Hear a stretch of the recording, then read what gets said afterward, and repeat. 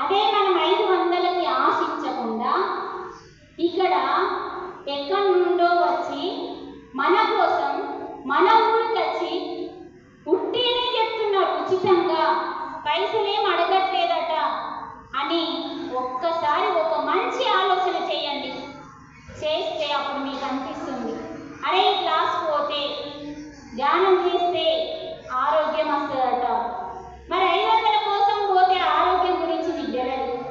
అదే 500 పక్కకు పెట్టి నువ్వు ధ్యానం క్లాస్కి వస్తే, ఆ ధ్యానం నువ్వు చేస్తే నీ రోగాలన్నీ పోతే, అలాంటి 500 నీ బీరువలో ఎన్ని జమ వేయచ్చు ఆలోచించండి. ధ్యానం సర్వరోగ నివారిణి అన్నప్పుడు ఎలా నివారిణి తెలుసుకోవాలి కదా. ఇక్కడ మేము చెప్తామమ్మా, ఇప్పుడు పక్కింటి ఆమె ధ్యానంకి వచ్చింది, నువ్వేమో పనికి వెళ్ళావు. పక్కింటి ఆమె వచ్చి నీ దగ్గరికి అవో ధ్యానం చేస్తే సర్వరోగ నివారిణి అట అమన్నది. ఆ ధ్యానం చేస్తే ఎట్లా రోగాలు పోతే నీకు ఆమె చెప్తే నెత్తికి ఎక్కదు, క్లాస్లో కడితే నీకు నెత్తికి ఎక్కుతుంది. ఎందుకంటే ఆమె ఫస్ట్ విన్నది, సగం సగం చెప్తుంది, సగం అర్థం కాదు పాపం ఆమెకి. ఆమె కూడా ఫస్ట్ అయింది. ఆమె వచ్చి నీకు చెప్పింది అనుకో కొంచెం వస్తుంది. అదే నువ్వు క్లాస్కి వస్తే నీకు మొత్తం ఎక్కుతుంది. అంటే ధ్యానం సర్వరోగ నివారణి ఎట్లా తెలుసుకోవాలా, ఈ క్లాస్కి వస్తే తెలుస్తుంది. మరి ధ్యానం ద్వారా మనం రోగాలన్నీ తగ్గించుకున్నప్పుడు నరకానికి దూరమైనట్టే కదా. హాస్పిటల్ అంటే ఏంటిదండి? నరకమా? గోళీలు తీసుకోవడం ఒక నరకం. ఎందుకంటే అది మళ్ళీ ఇంకో రోగాన్ని ఇస్తుంది. ఒక రోగం కోసం గోలేస్తే ఇంకో రోగం వస్తుంది. అంటే గోళీలను తయారు చేయబడింది.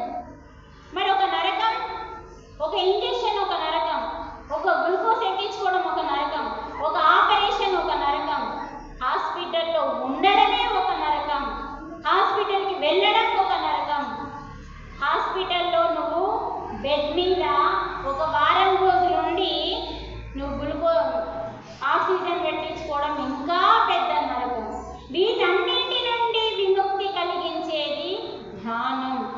మరి అలాంటి ధ్యానం నాకు పని నుండి నేను పోతా అంటే నిన్నెవడు బాగు చేస్తాడో చెప్పండి, ఆలోచించుకోవాలి.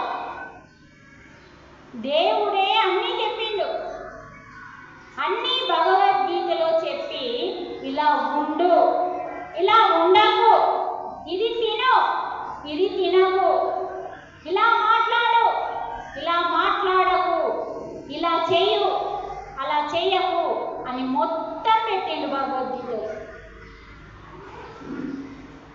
ఇంకేం అవసరం లేదు. భగవద్గీత గిన చదివి అర్థం చేసుకొని ఆచరిస్తే ఎవరి దగ్గర ఏ క్లాస్ వినాల్సిన అవసరమే ఉండదు. అంత జ్ఞానం దీంట్లో ఉందండి. చూడండి, పక్కింటోళ్ళ ఇంటి దగ్గర ముచ్చట్లు కూడా వినద్దు అంటున్నాడు భగవంతుడు. మనకు తెలియదా అండి ఆ విషయం? తెలుసు కానీ తప్పులు చేస్తున్నాం. అవునా? తెలుసా లేదా? తెలుసు.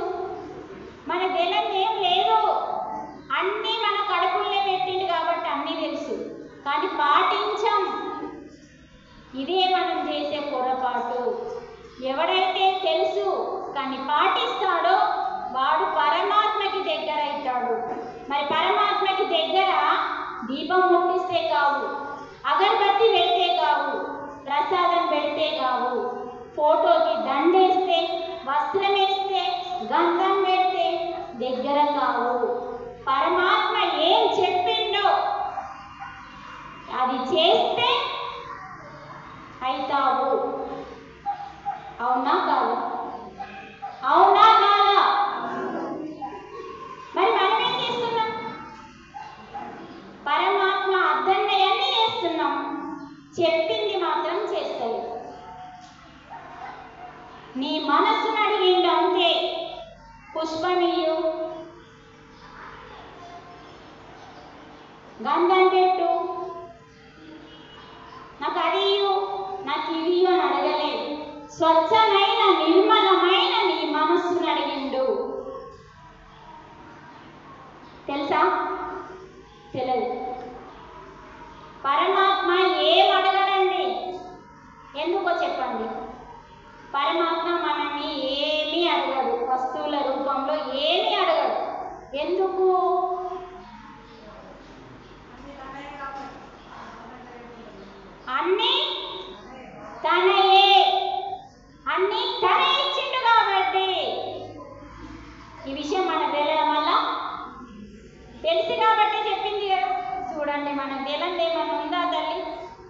మనకన్నీ తెలుసు, కానీ అల్లు నోట్లో శని అన్నట్టు మన నెత్తి మీద శనీశ్వరుడు కూర్చున్నట్టు చూడండి. మనకన్నీ తెలుసు, పరమాత్మని అన్నీ సృష్టించిండు, అన్నీ తనయే, కానీ అవేం అడగలే. ఏమడిగిండు? నీ దగ్గర ఉన్న స్వచ్ఛమైన నిర్మలమైన మనస్సును అడిగిండు. ఆ మనస్సుతో పూజ చేయమన్నాడు, ఆ మనస్సుతో భక్తి చేయమన్నాడు, ఆ మనస్సుతో దగ్గర అవ్వమన్నాడు. మనస్సు పెడితే చాలు, మనస్సు నిర్మలం చేసి పెట్టాలి. మనని మురికిగా ఉన్న మనస్సు, ఆ నీళ్లు ఉన్నాయి కదా ఇందాక, ఆ నీళ్లు మురికిగా ఉన్నాయి, అలాంటి మనస్సును అడగలే. మళ్ళా నిర్మలమైన మనస్సును అడిగిండు. అందుకే పత్రం పుష్పం ఫలం తోయం ప్రయతాత్మనః. అంటే ఏమడుగుతున్నాడు? ఏ పత్రాన్ని పెట్టినా, ఆకుని పెట్టినా, పువ్వుని పెట్టినా, పండించినా, నీళ్లు పోసినా, ఏదిచ్చినా నేను తీసుకుంటా, కానీ ఎలా ఇవ్వమన్నాడు? ప్రయతాత్మనః, అంతర్శుద్ధితో, శరీర శుద్ధితో కాదు. నువ్వేం చేస్తున్నావు అంటే శరీరంతో స్నానం చేసి మైలగా ఉన్న మనస్సుతో వెళ్ళి పెడుతున్నావు. కానీ ఇక్కడేమడిగిండు? ప్రయతాత్మనః అంటున్నాడు. అంటే నీ అంతరంగాన్ని శుద్ధి చేసుకొని, శరీరాన్ని శుద్ధి చేసుకో. నీ అంతరంగంలో ఉండేవేవి? మనస్సు. అంతరంగంలో ఏముంటుందండి? మనస్సు ఉంటుంది. ఆ మనస్సుని, ఇంద్రియాన్ని శుద్ధి చెయ్యు. అప్పుడు పెట్టు ఆకు తీసుకుంటా, అప్పుడు పెట్టు పుష్పం తీసుకుంటా. అదే పత్రం పుష్పం ఫలం తోయం. ఇలా అడిగిండు నిన్ను. మరి మనం ఏం చేస్తున్నాం? స్నానం చేయాలా? ఆ చెట్టు కనబడితే చాలు దాన్ని చంపేయాలా? నువ్వు గోక్కో, నువ్వు గీక్కో, నువ్వు గీక్కో. ఆయన అడిగింది ఒక్కటే ఆకుని 1000, 101, 108, 1,00,000, 1,00,00,000 అడగలే. ఎన్ని అడిగిండు? ఒక్కటే పత్రం అన్నాడు, కానీ పత్రాలు అనలే. ఏమర్థమవుతుంది భగవద్గీత మనకు? ఎప్పుడు అర్థమవుతుంది? నీ లోపలికి నువ్వు ఇందాక ప్రయాణం చేసినావు కదా. ఇందాక ఎంతసేపు ప్రయాణం చేసినావు? 20 నిమిషాలు చేయించిన నేను మీతో ధ్యానం. ఎంతమంది కనెక్ట్ అయితే అంతమందికి వరం, ఎంతమంది కనెక్ట్ కారో శాపం. అందుకని నీ అంతరంగం ప్రయాణం లోపలికి వెళ్ళి చక్కగా శుద్ధి చేసి ఒకే ఒక ఆకును అడిగిండు, ఒకే ఒక పువ్వును అడిగిండు. కానీ నువ్వెప్పుడైతే అంతరంగం శుద్ధి అవుతుందో అప్పుడు పత్రం పెట్టావు, పుష్పం పెట్టావు, ధ్యానం చేస్తావు, ఆ స్థితికి వస్తావు నువ్వు. అంతరంగం శుద్ధైన వాళ్ళు ఆకులని, చెట్లని హింసించారు. పత్రి చెట్టు కనబడితే చాలు ఆడోళ్ళకి పూనకం వచ్చేస్తుంది తెంపడానికి. ఆ పత్రి చెట్టు మీద పరమాత్మ లేడా? ఉన్నాడా? లేదా? ఉన్నాడా? మరి తెంపి పెట్టాల్సిన అవసరం అంటే శ్లోకం అర్థం కాలే. భగవంతుడు పత్రి అడిగిండు కాబట్టి నేను పత్రి తెంపాలా, నేను అడవయ్యాలా, ఇంతే తెలుసు మనకి, అవునా? కానీ పరమాత్మ అడిగింది ఇది కాదు. అందుకే భగవద్గీత మనకు అర్థం కావాలి అంటే మన లోపలికి వెళ్తేనే భగవద్గీత అర్థమవుతుందండి. ఒకప్పుడు నేను కూడా భగవద్గీత చదివిన, పెళ్ళి కాకన్నా ముందు. ఎందుకోసం చదివిన తెలుసా? అప్పుడేం తెలియదు, పెళ్ళి కాకన్నా ముందు. భగవద్గీత చదవాలట, చదివితే పుణ్యం వస్తుందట. ఆ టా మాత్రమే తెలుసు. అప్పుడు అసలు మొత్తం తప్పులేనండి. అప్పుడు తపన ఉండే, చదవాలి చదవాలి చదవాలి. అప్పటి తపన తపస్సుగా మారి ఈరోజు నేను భగవద్గీతని ప్రపంచానికి అందిస్తున్నానంటే నా తపన కారణం. లోపల మనకి తపన ఉండాలి.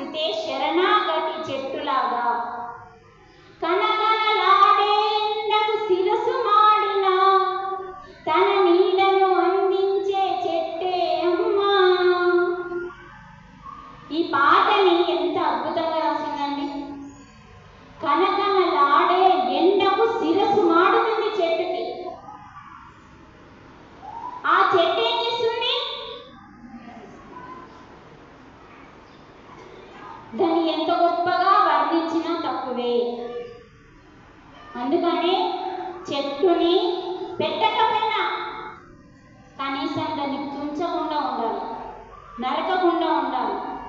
ఎవడో ఉరిపెట్టుకుంటే చెట్టుని నరికేస్తాం, అది మహాపాపం, తప్పు వాడు చేసింది, చెట్టు కాదు.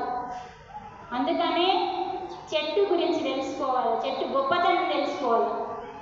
అందుకనే జ్ఞానం ఉన్న ప్రతి ఒక్క మనిషి ఏం చేస్తాడట, అడుగడుగున జ్ఞానం తెలుసుకుంటాడట, ప్రతి దాంట్లో జ్ఞానం చూస్తాడట. జ్ఞానం ఉన్న మనిషి అంటే తెలివితేటలు ఉన్నవాడు ప్రతి దాంట్లో జ్ఞానాన్ని వెతుకుతాడట. ఎక్కడ జ్ఞానం ఉంది, ఎక్కడ జ్ఞానం ఉందని అన్నింటిలో జ్ఞానం వెతుకుతాడు, అన్నింటికి కృతజ్ఞత చెప్తాడు. అందుకనే ఆ చెట్టు ఎండకు ఎండి తన నీడను మనకు అందిస్తుంది. అందుకే చెప్పింది, కనకనలాడే ఎండకు శిరసు మాడిన తన నీడను అందించే చెట్టే అమ్మా. ఆ చెట్టు కూడా మనకు అమ్మ అని చెప్పింది. ఒక ముఖ్యమైన మనిషి అంటే కంటేనే అమ్మ అని అంటే కరుణించే ప్రతి దేవత అమ్మే కదా. ఈ పాట 100 సార్లు విన్నామచ్చు, కానీ అంత ధ్యాసతో వింటామా? ఆ పాట రాగానే మనం కూడా వాడతాం, పాట ఎక్కడన్నా వినబడితే మనం కూడా వాడతాం, కానీ అంత ధ్యాస పెట్టాం పాట మీద. ఇక్కడ ఏం చెప్తుండు, కంటేనే అమ్మ కాదు, కనకపోయినా ఆ లోపల కరుణ ఉండాలి. మనిషి లోపల ఏముండాలి, కోడల్ని చూడగాను యారాన్ని చూడగాను ఇవి రావద్దు. మన కర్మకి మనమే బాధ్యులం, పోవాలి, సకాలం ఉండాలి, రావాలి. మన జీవితంలో మంచి వచ్చినా చెడొచ్చినా వదిలిపెట్టుకుంటూ పోవాలి, రావాలి. కొన్ని సందర్భాలు మనవి కావు, వదిలిపెట్టాలి. అందుకనే కరుణ మన లోపల అన్ని గుణాల కంటే గొప్ప గుణం కరుణ. ఈ కరుణ ఉన్న ప్రతి ఒక్కరూ దేవతతో సమానమని చెప్పిండు ఆయన. అంత గొప్పగా రాసిండు ఆ పాటని. అందుకనే దేవుళ్ళ గుణాలు ఏంటి అంటే కరుణ, దయ, క్షమ, ప్రేమ, సత్యము, ధర్మము, శాంతము, ఇంద్రియ నిగ్రహం, ఇవి 8 గుణాలు ఉండాలి. అందుకనే మన కోసం మనం ఏమైనా చేసుకుంటున్నామా అన్నది చూడాలి. మన కుటుంబం కోసం చేస్తామండి, పిల్లల కోసం చేస్తాం, మొగని కోసం చేస్తాం, ఇంకా అమ్మ కోసం, నాన్న కోసం, మన ఇంట్లో కోసం, మన చుట్టాల కోసం, అందరి కోసం చేస్తాం. మన కోసం ఏం చేసుకోం. మన కోసం చేసేది ఒక్కటే జ్ఞానం. జ్ఞానం తెలుసుకుంటే నాశనం కానిది తెలుసుకోవాలన్నమాట. అంటే పరమాత్మ జ్ఞానం తెలుసుకోవాలి. అంటే ఏంటేంటిది, భగవద్గీత తెలుసుకోవాలి. ఇప్పుడు మనం అప్పటి నుంచి పొద్దున్న నుంచి మొత్తుకునేది ఏంటిది, గీత గీత గీత.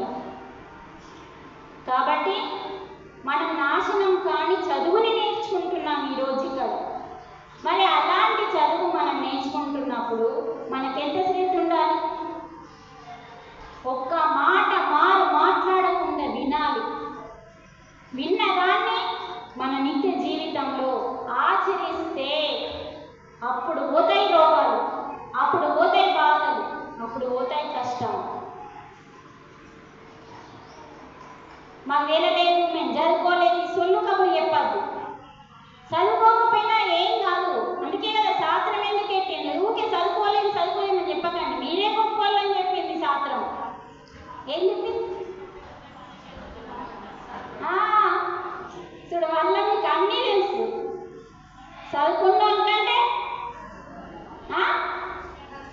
శాఖలోడేమో ఏమంటారు, చదువుకున్నోళ్ళకి ఏమొస్తుంది చెప్పండి?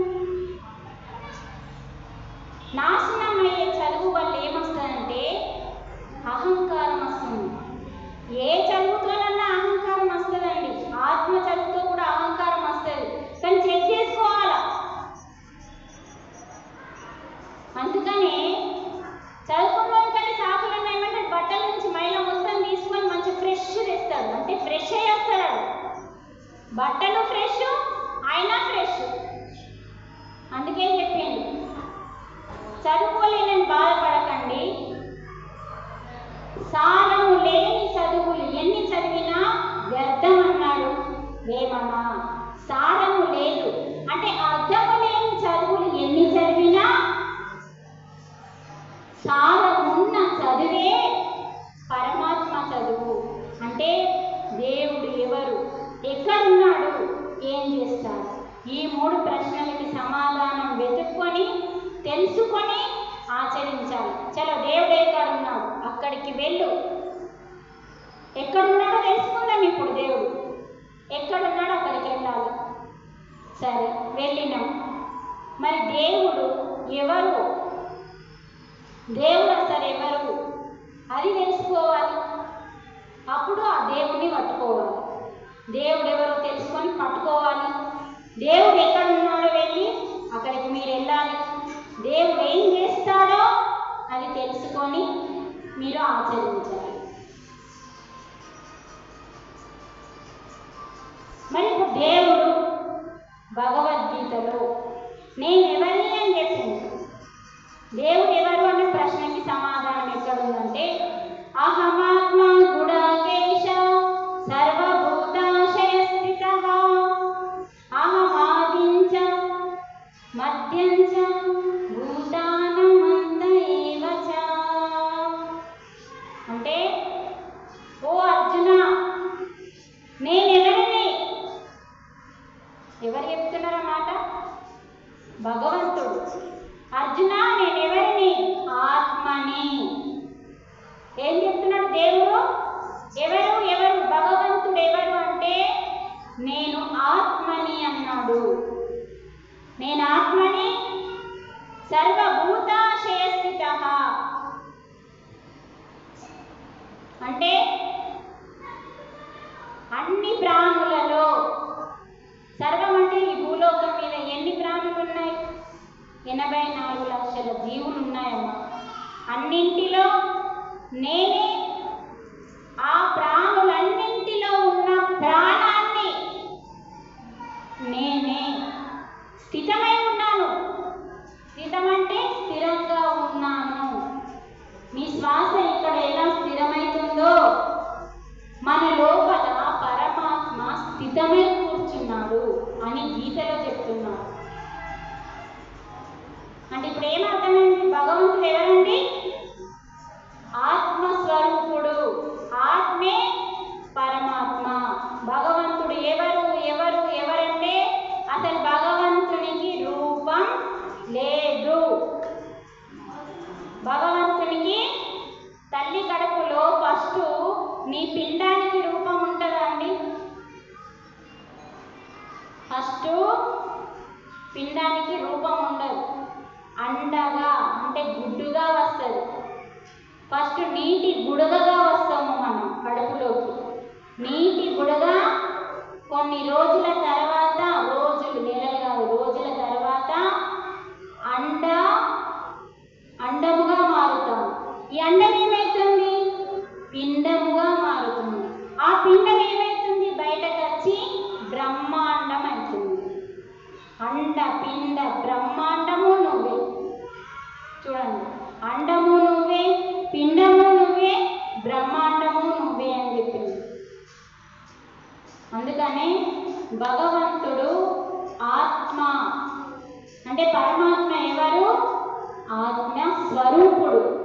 రూపం లేదు, రూపం లేదు. దేవుడు ఎంతమంది అంటే మీరు ఏం చెప్తారండి? ఎంతమంది దేవుళ్ళు?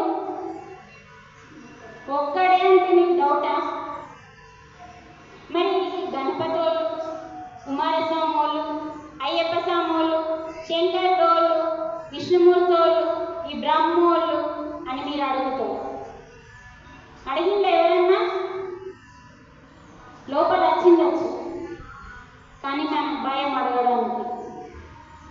ఇప్పుడు చెప్పన్నా, విష్ణు ఎవరంటే, శివుడు ఎవరంటే, బ్రహ్మ ఎవరంటే, వినాయకుడు, వీళ్ళందరూ ఎవరండి? వీళ్ళంతా ఒక్కటే. ఎలా? మళ్ళీ ప్రశ్న, ఎలా అంటే అమ్మా,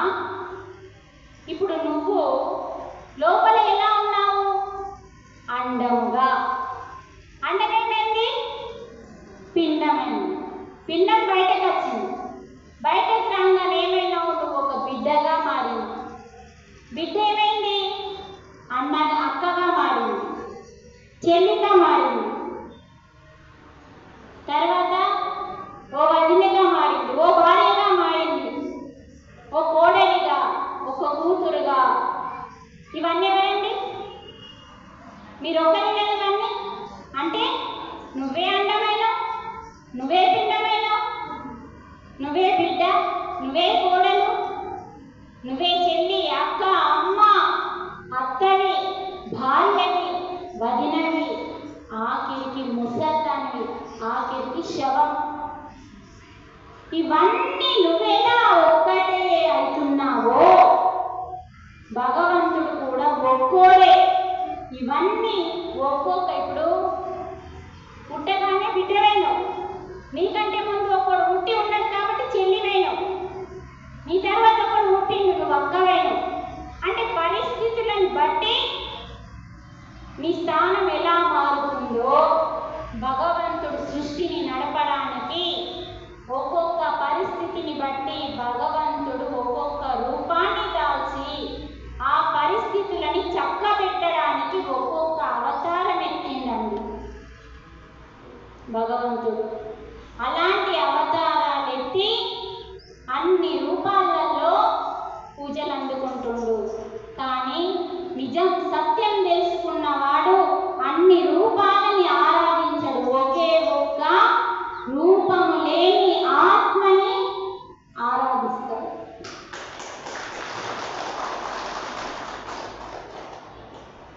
అందుకనే మనం ఎలా అన్ని వేషాలు వేసినామో భగవంతుడు కూడా అలా అన్ని వేషాలు వేసిండని. నువ్వు ఎలా పూజించినా ఓకే, కానీ సత్యం తెలుసుకోమంటుండు. సత్యం ఏంటి?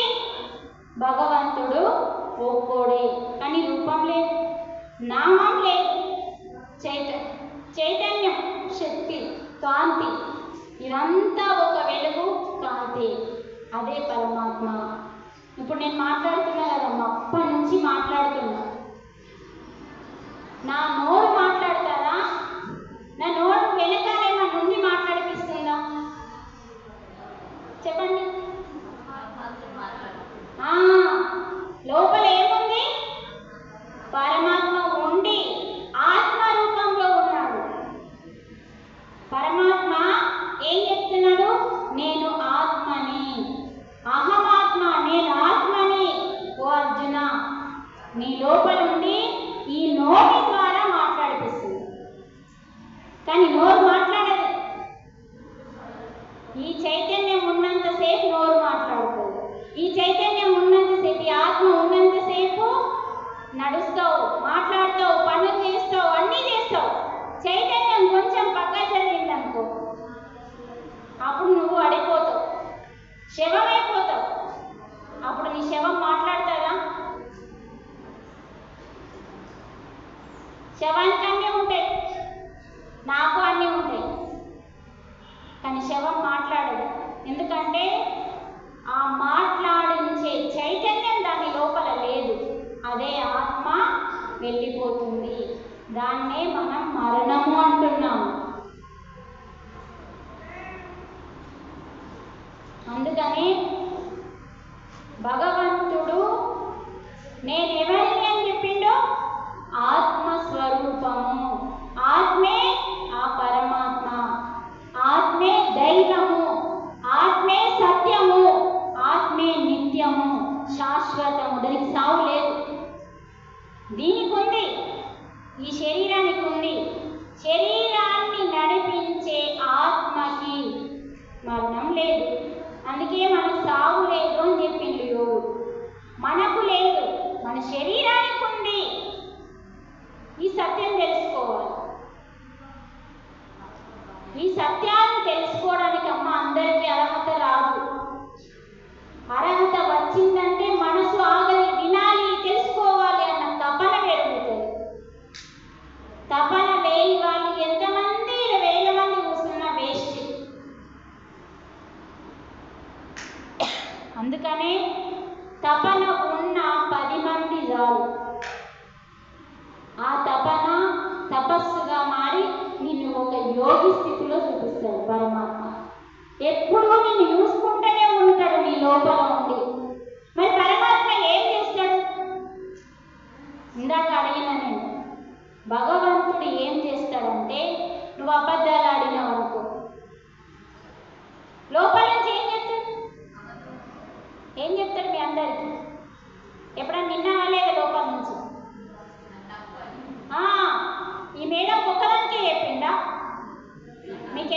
లేదా?